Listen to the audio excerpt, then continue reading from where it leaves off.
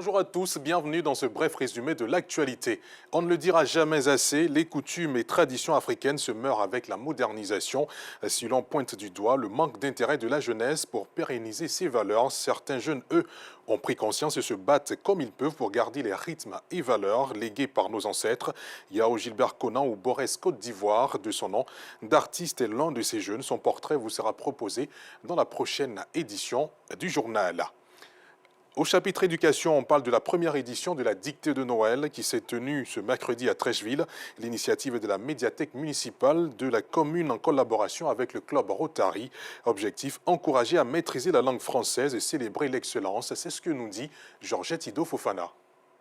Les montagnes, virgule, dont les sommets enneigés se détachaient sur un ciel d'azur, virgule. Nous sommes à la première édition du concours de dictée de Noël qui réunit les élèves de la classe de CM2 des écoles primaires de la commune de Trècheville. Ici, à l'école de Kodar, virgule, je leur retire tous les prix. Point. Le premier, il se nomme Kano Ibrahima.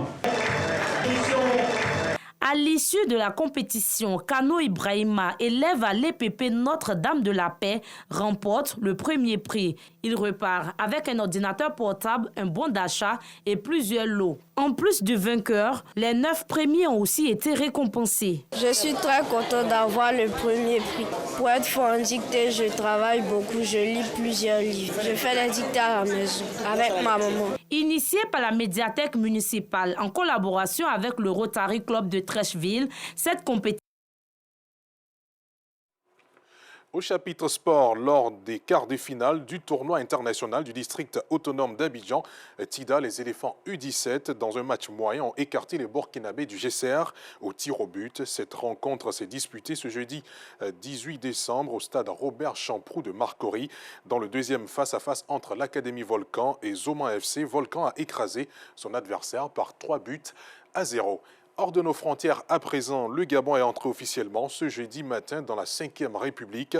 Le texte de la nouvelle constitution adoptée par référendum en novembre a été promulgué ce 19 décembre 2024 par le président de la transition au cours d'une cérémonie organisée place de la Libération à Libreville devant un monument inauguré le 30 août dernier en l'honneur des militaires qui ont renversé Ali Bongo un an plus tôt. Et puis on termine avec le Kenya où Mohamed Abdul Malik Bajabou a été rapatrié après 17 ans de détention à Guantanamo. Il a quitté la prison militaire américaine de Guantanamo après plus de 17 ans de détention sans jamais avoir été inculpé.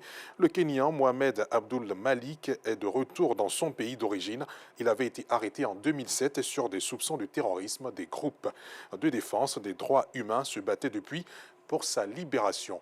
Voilà qui met un terme à ce Flash Info. Merci infiniment de l'avoir suivi. Je vous retrouve avec le même plaisir et l'équipe derrière l'écran à 19h30.